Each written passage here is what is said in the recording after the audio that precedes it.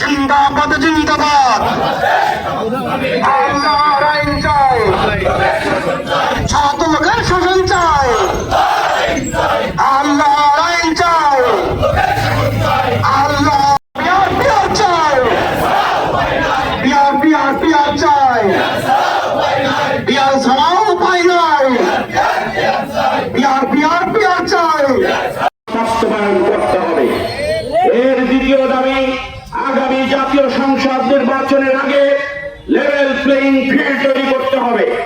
এর তৃতীয় দাবি, আগামী জাতীয় নির্বাচনের আগে পিআর পদ্ধতি চালু করতে হবে।